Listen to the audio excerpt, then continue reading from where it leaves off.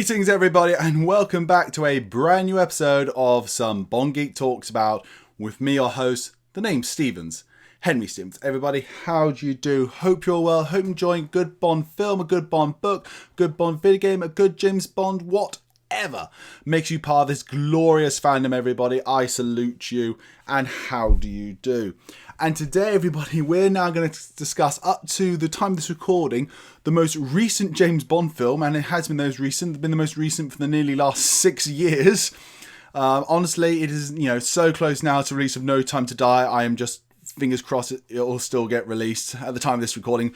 But we're going to talk, everybody, about Spectre. Yes, the 24th James Bond film, the film that turned the Bond series into a bit of MCU cinematic universe, everybody. So, here is my initial thoughts right off the bat here for you now on Spectre. You know what, everybody? Spectre sort of finally became an acronym for me for a certain type of film. Nowadays, if I ever see a film that is like this, I always say, well, that film's a Spectre. Well, that film, to be honest, is a bit of a Spectre. And essentially, this is, with Spectre, the whole concept of when I say it's a Spectre is there's absolutely no middle ground. There are bits in this film that are utterly brilliant, the best you could ever see ever in any entire franchise or something of all time. And at the same time, there are other bits of a film that is just the utter worst. I mean, just like literally like the worst parts of an entire film series or franchise. And that there's no sort of middle area between them. And that's what I have named after seeing this film, a Spectre. Another idea, an example, I suppose, actually more be correctly, of a film that I think is a, if you will, Spectre, was Star Wars Episode 8, The Last Jedi. I'm not going to go into that film too much here, but that, for me, example, actually, if I may, is a Spectre as well. I think, let me give you another example. What is a really good example? I'll come up with some others another day, but everyone, essentially, that really does have a quick initial reaction and thought, in my opinion, to the whole, Spectre. But let's dive into this now, everybody, because before we go into the pros and the cons and all that stuff, one of the things I love to do in this channel is discuss with you my own personal history with the franchise. I love to show you my thoughts about growing up with it, how excited I got for it, how it affected me at different parts of my life. And Spectre obviously came out in 2015 and obviously got, the big announcements in 2014. Now, I remember watching live that press conference. The Spectre press conference was the first live one I ever watched. Obviously, I did watch No Time to Die's ones after that. Well, if you can call that a big announcement press conference. And I just remember getting so excited. I saw the bullet shot and suddenly the tentacles came and I thought, this Spectre. Then suddenly the name Spectre came up. I was like, yes. Honestly, I was like that. It was honestly just that incredible. I was just so excited. But oh my god, we're finally getting Spectre back. This is so exciting. And then they obviously announced, Craig is back. That's good. All the MI6 regulars are coming back. I thought, yes, good. We've got a whole new MI6 regular stuff. It's coming in. It's all there. And then they announced, obviously, the Bonding ladies. You got Monica Bellucci, who, she's just an incredible actress who never, I think, fully gets the deserves she earns. And you got Lea Seydoux. I gotta be honest, I was like 50-50 on that, thinking I'm not the biggest fan of her, but hey, if ever a film's gonna make me like a new actress, it's gonna be this. And then they got the excitement when I think every Bond fan around the world literally just had a joygasm. Sorry, Jim Carrey, I'm seeing that. A joygasm when Christoph Waltz was announced as the villain of the film. And then it was like, no, he's playing Oberhauser. Like, no, he's playing Blofeld. We all know he's playing Blofeld. No, he's Oberhauser. He's Ernst Stavro Blofeld. We know that. And all of us Bond fans are like, oh my god, Christoph Waltz as Ernst Stavro Blofeld. It was, honestly, I think every Bond fan, it was like, just take my money. Just take my money. It was that crazy. I just remember everyone getting so excited. It was ballistic. And I remember when the first teaser trailer came out, and God is honest, everybody, I wasn't getting that excited about it. I wasn't. I remember just watching and thinking, I'm just going to watch that again. Maybe I'm just feeling a bit tired, but I wasn't quite getting as excited as other people were. And, behind the scenes stuff was coming out, stuff like in the Mexico City and the, production behind that. There was other things going out like Bond in the, in the snowy Alps. Everyone's trying to get excited about that. And I remember watching, really heavily actually Calvin Dyson's channel about his trailer reactions and other people's comments on the trailers. And I was like, you guys are getting so much more excited than me. And I was my brain was going back to Quantum of Solace thinking, is something wrong with me? I'm just not getting as excited about these trailers as I was Casino Royale and Skyfall. This is to me a bit more, Quantum of Solace-esque trailers. But hey, maybe it's just me. But then obviously, and we'll talk about it later when we get to characters, but obviously Mr. White coming back as well. Just, oh God, that was so good. And then of course, time went on, things kept rumbling. It's all getting, good as far as I'm aware. And the big full trailer came out in August, ready for premiere in October. And I gotta be honest, I was thinking, right, going into this, I got more excited about that second trailer, but I still wasn't quite getting excited as I was for Casino Royale and Skyfall. I really wasn't. This could just be a case of, by the way, just really bad trailers. But anyhow, it's end October time. I'm gonna go watch the new film Spectre, everybody. And this is another little personal story. This actually really is into my own personal history here, everybody. So hopefully you'll enjoy this. Obviously, as you know, I like seeing Bond films with my family. In this case, I saw it with my mum and dad again, like I did with Skyfall. And one of our favourite places to eat is actually Nando's. So we decided, it's a special one. We're going to go have a Nando's and enjoy ourselves. And I used to do Shotokan karate.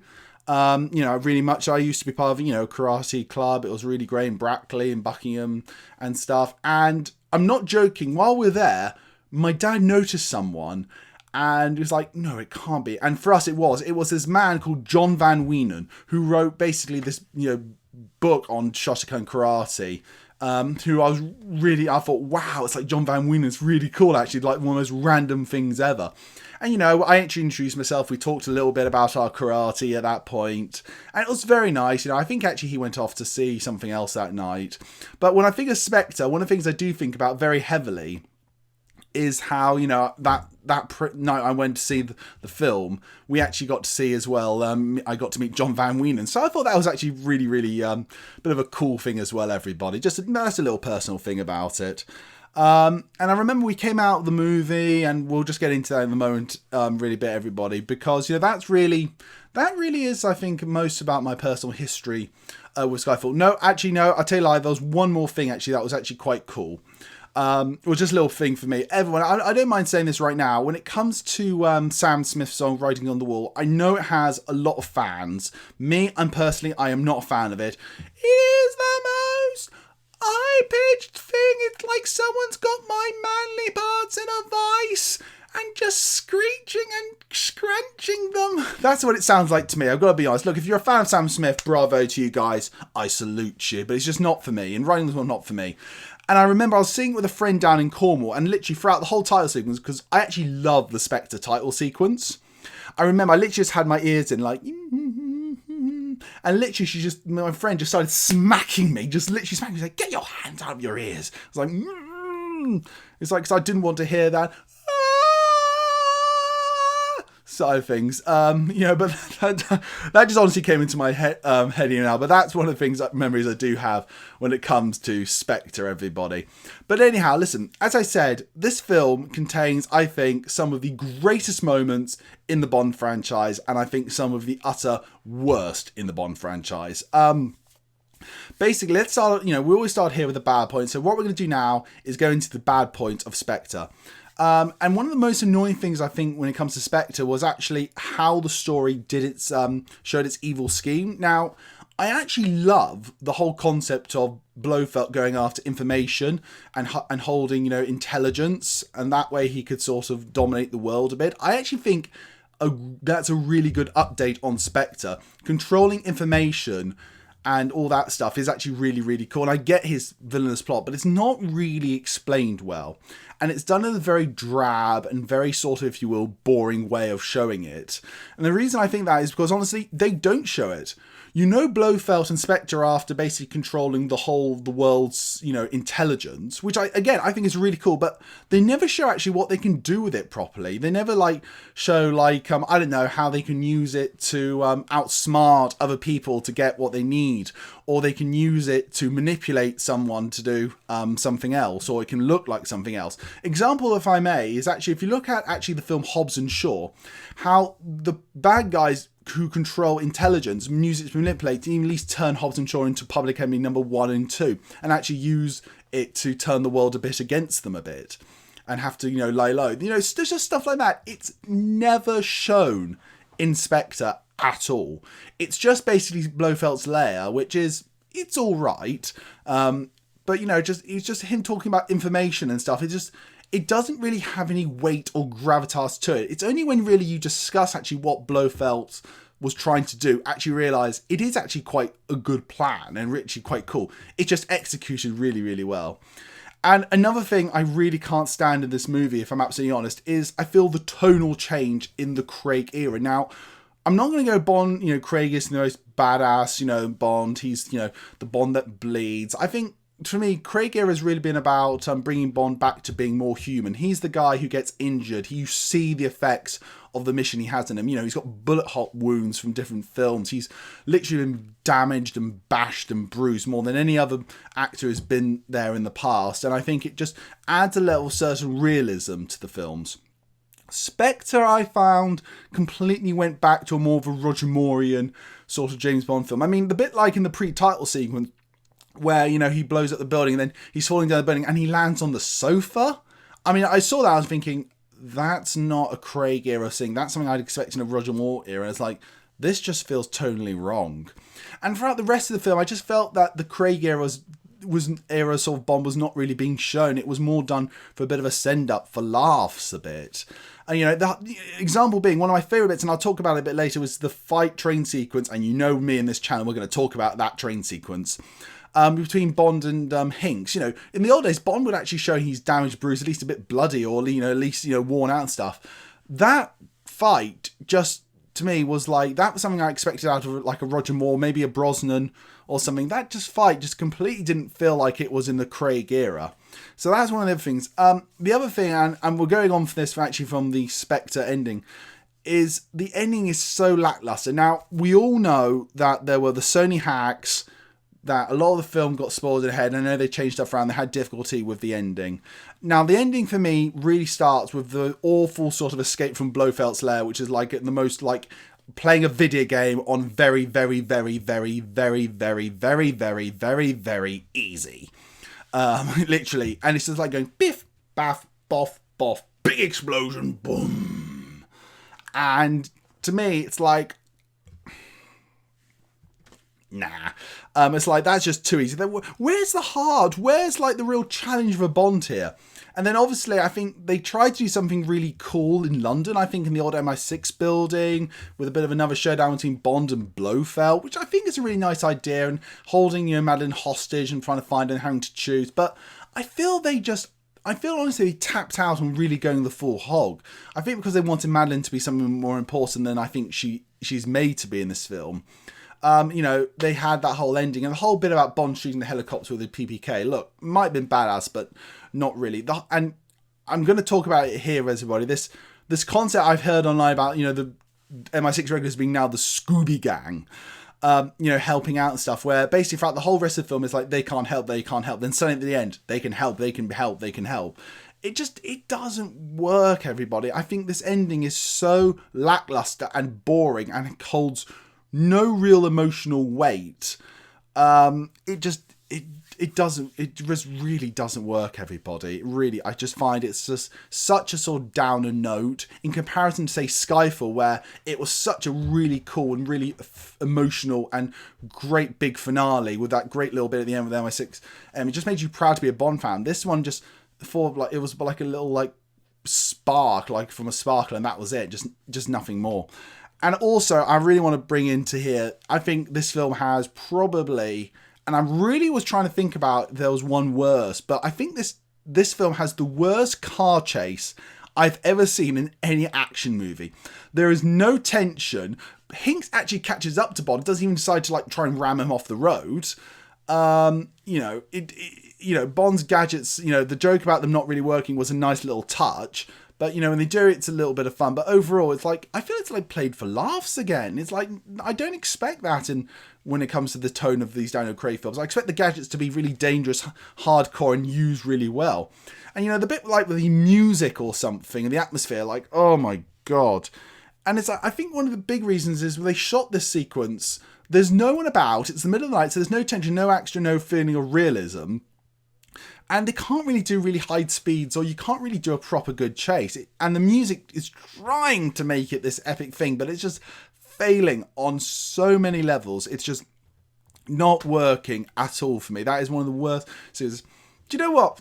In general, all the action sequences in this film aren't really that good, actually. The fight sequence in the helicopter in the beginning, pre-title sequence, it's good. It's a good high quality standard, but it's nothing like really great. The whole bit, as I say, the car chase is not really good. It doesn't get my blood pumping. The chase sequence in, Austria, which, by the way, I think is terrible. If you've got Bond against bad guys, you've got to put them on equal playing field, or Bond is slightly a bit of a worse situation to make it dramatic. Cars versus plane doesn't work. It just doesn't. And it's like, honestly, it just doesn't get the excitement. As I say, I've talked about the very, very super easy escape from Blofeld's lair level and just the whole PPK versus helicopter. That, I think the comment I just made ago really sums it up. None of the action sequences gets my blood pumping with excitement. That's the time really to build up excitement. There is one sequence, though, to be fair, that does get my blood pumping, actually, which we'll go into in the good points. But the worst thing ever, and I'm going to bring it up here and now, everybody, is the soap opera story of Bond and Blofeld being, if you will, sort of semi, brothers, even though they're not. That is something I expect out of a daily soap opera like you'd hear on like our British ones like Emmerdale or Coronation Street, or if you're in Australia, Home and Away, and I'm sure you have some in America. It's awful. It's awful. Do you know what? I had this idea in my head about doing a what if for Spectre, but the main thing I would change is this. I think the whole Bond, adopted brother, Blofeld, all that stuff, just get rid of it. It's tacky, it's cheap, I think it ruins the whole relationship. What I think would have been better is actually Blofeld wanting to basically hire Bond, him to leave MI6 to join Spectre. Now that to me would have held much more emotional and great sort of response, I think, in my opinion. And a real sort of temptation of Faust story, dealing a deal with the devil sort of thing. And Bond even considering actually doing it, but then his patriotic side finally winning out. That to me would have been a much better thing, but it's so whiny. It's like it turns Blofeld into a bit of a whiny character saying, I did all of this just because my daddy taught you to ski and he didn't me. My daddy loved you more than me. It's like, you've just destroyed Blofeld there because of this whole like adopted brother sort of storyline. You've just spoiled it. I mean, I'm still hoping that No Time to Die, apart from just never mentioning it again, rectifies the sort of rivalry between Bond and Blofeld a lot more. Again, hoping, fingers crossed, everybody, that does happen, everybody. But the Bond versus Blofeld thing is really, I think, the utter worst thing ever. And it's annoying because when they first meet in the film, it's set up so really cool with, in the shadows and stuff. But we'll get into that again because, as I said, everybody, this is filmed as a Spectre. There are, to me, the worst of the worst, okay? But then on the other side, there's some of the best of best stuff in the whole franchise in this movie, everybody. And I'll go straight into this now. The fight sequence between Bond and Hinks is superb, in a sense. It's just, minus the bit that Bond doesn't get damaged, it's just Bond getting the shit kicked out of him. He lost that fight. He only won just by a pure fluke. I mean, that's something we've never really seen before. Bond is actually outed. I mean, the whole sequence is so fun to watch and so entertaining, so well choreographed. Literally it's just Bond just trying, but he is just beaten to a pulp. I mean, at that point, I was like, hell yes, Mr. Hinks, you are one of the best henchmen in the series. And by the way, why is his name never not said in the film? From the marketing, his name is Mr. Hinks. But that's never said once in the movie. What an annoyance, by the way, everybody. But that train sequence fight was really cool. And of course, going on from that, as I mentioned earlier about when you first meet Blofeld, the whole Spectre meeting, it's so dark, it's so eerie, it's so frightening, actually, when you think about it. It's done so well. And the fact that they know Bond is there and that they are allowing him in just to see it just shows the level of danger, actually, I think, that, is that Spectre can do. And they talk about all the things they've got planned. It was really incredible. And when Blofeld came in and just the whole room goes quiet, and everyone just just literally sort of panics a bit when he comes in, and just his little words, and talking to Bond, it's just, honestly, it's just wow. It's just utterly wow. And another favourite scene of mine is actually when Bond meets Madeline Swan. That whole bit, he's sitting back and he goes, "I exercise when I have to." Well, it's not something that will look good on a form. That whole bit is terrific, everybody. It really is. Their meeting together is really good. But I think one of my highlight sequences in this movie is actually when Bond re-meets with Mr. White. Having Jesper Christian come back and sort of have that connection when you realise sort of Quantum was a part of Spectre a bit. It's a way of tying it together, but we'll get into the tying bit at the end here because I'm getting that whole bit a different section. That whole sequence between Bond and White again, it's like, it is like Bond meeting an old enemy, which it is, and it's just played so well. And just, it sets up Blofeld so much. That whole meeting, that whole bit then moves to White, sets up Blofeld so much. And yet, when you get to him, he's such an utter disappointment. It's absolutely annoying. So I mean, everybody, there are really bad bits, but there are also some really amazing bits. Why couldn't there have been a nice, good story, I think, overall, just to keep it all together, everybody? But we're going to go into characters now, everybody. We're going to go to characters. Now, let's start off with our main man, Daniel Craig. Daniel Craig is, again, really good in this film. I think this is probably, he's been his most comfortable in the role. I think he gets a bit too comfortable. And I like his story arc, basically, where it's sort of like history repeating itself, where you had an option, you had a chance to leave once before, obviously it didn't work out, and you've been sort of given that chance again by a pure coincidence of fate. And this time taking it, when I saw the film first time, I was thinking, that's so un-Bond, he would never do that. But actually, watching the film over multiple viewings, I can understand why this Bond would do that, actually. But I think Daniel Craig's really good. I think he's really enjoying playing Bond in this, and he's just really trying to make it the best he possibly can in this film. I really like how he's bringing back a lot more of the quips now, which actually I did like, but I was hoping they would balance out with a bit more of the hardcore side, which for some reason the Daniel Craig Bond just didn't have this time. Let's talk about the Bond leading ladies here quickly. We've got, obviously, Monica Bellucci as the Assassins from the Beginning's, widow. Really interesting character, really cool character, has a few little scenes, very underused, but very interesting and helps the plot to move forward. That, annoyingly, is really all I can say about her, because that's really all the film, I think, gives me. I've always hoped that Monica Bellucci, even from a young age, would have appeared in the Bond movies, and I'm glad she did. It didn't work out for me in the end. It really didn't. But we've got the main Bond female here, Madeline Swan, Mr. White's daughter. Now, this is meant to be, if you will, I think this universe's equivalent to Tracy. I get the impression that's what they were going for. It didn't work in this film. I don't think I warmed to Madeline as much as I warmed to, say, Vesper or, Moneypenny from Skyfall here. I just didn't. And I don't know what the reason is. I just think it's because her character goes from such dramatics from one to the other. It's a bit odd. And I just don't really believe after watching this film and them going on their adventures together, they would fall so much deeply in love by the end of it. I just didn't quite buy it as well as I could. And it's like, if you're meant to be, if you will, the equivalent to Tracy for this, new sort of timeline, it's just not working, in my opinion. And it's nothing against Lea Seydoux' character, because I think the idea about Mr. White having a daughter and actually Bond finally meeting her is an interesting concept in it of itself. It really is, actually. But again, I say it always, and I say it out loud, and I say this proud.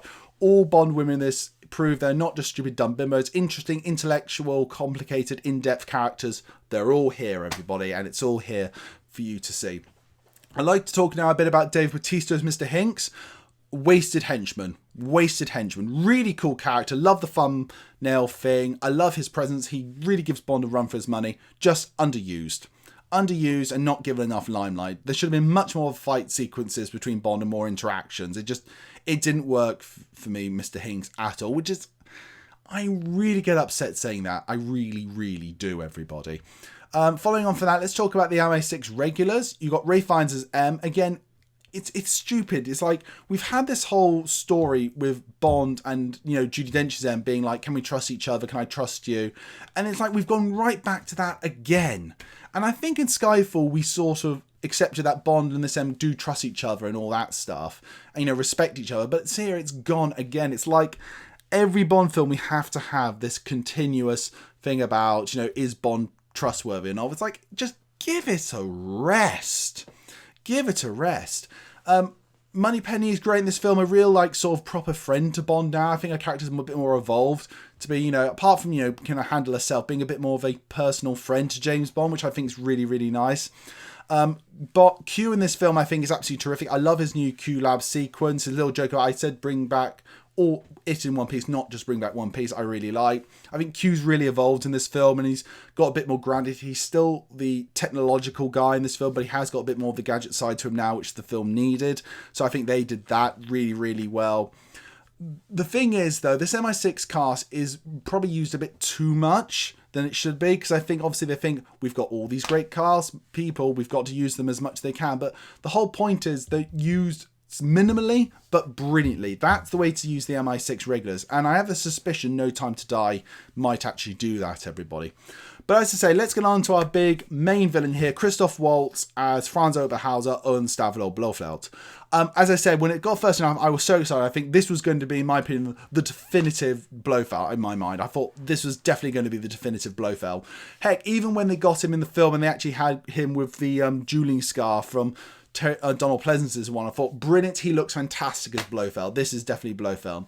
But I got to be honest with you, everybody, I did not like Christoph Waltz's Blofeld in this film. I felt he got turned into a whiny crybaby, as I mentioned earlier. He wasn't as menacing as his predecessors, and I just don't think Christoph Waltz played it correctly. He was trying to do, I think, the subtle, sort of quiet villain, but you've got to balance that out, showing that there is a real dark, horrible side to you, and it's not really shown, I think, in this film. I think one of the big letdowns in this film is Christoph Waltz's, Blofeld, if I'm absolutely honest. But everybody, listen, I want to finish up talking very quickly here about this whole shared cinematic universe of James Bond, because Spectre brought all the previous Bond films as in one, like, to one big story, if you will, to trying to create, if you will, an Avengers sort of thing. Never been done before in this series, and to be honest, that's where I think one of the big things this story gets bogged down, because it's trying to connect everything while being this big finale to everything, which it doesn't work. I think Bond films work best when they're standalone adventures. Yes, certain characters can carry over and carry on and stuff. That's all fine and good. But Spectre's like really trying to be this like epic thing, like conclusion to the Daniel Craig era, and I think it just gets bogged down in that. And I think tying everything into this, you know, with Spectre being behind everything, it's not a bad idea, and it does like fit the gravitas and the grandness of the organization Spectre, but it just doesn't work here. And I think when you look at it all together and just the name drops, or like, you know, seeing when Bond's walking through, seeing like Le Chiffre and, you know, Vesper and M stuff, it's like, oh, it leaves it just, to me, it rubbed me the wrong way in a weird way. It just didn't quite work. I think they just really relied on it too much. I don't know. I didn't enjoy it, everybody. But the thing is, this is where I want to leave this whole Bond shared, connected, interlocking story. We do have one more in the series, which is No Time to Die, which is now going to be the proper, if you will, finale. I hope that No Time to Die does more right by Ernst Stavro Blofeld, actually gives a more satisfying conclusion to all of this big story that's been built up, really builds out Madeline Swan's character as being the true new love of his life, etc., and just actually gives more of a proper definitive finale to this whole big grand story. I think they got very lucky that Daniel Craig chose to come back, because you've basically been given a get out of jail free card and actually go, no, it's not fully the end, this is the proper end to it all. And I hope that No Time to Die lives up to that challenge, everybody. Well, everybody, that is my thoughts and feelings on Spectre. And to the current day, it is, to me, as I say, it's a Spectre film. The bits that are great are great. The bits that are bad are the worst possible in the series, everybody. But I want to know, everybody, what are your thoughts on Spectre? Did you like it as much as me? Did you not like it? I want to know. Comment down below and tell me what you think. Don't forget, everybody, to like and comment and subscribe to the channel, everybody. To future reviews, editorials, top 10 videos, what if Elseworld videos. They're really popular, everybody. Trailer reactions, and we've got more stuff coming and more series coming on the Bond Geek of different things, everybody. But until then, my name's Henry Stevens, and this has been some Bond Geek Talks About. Goodbye.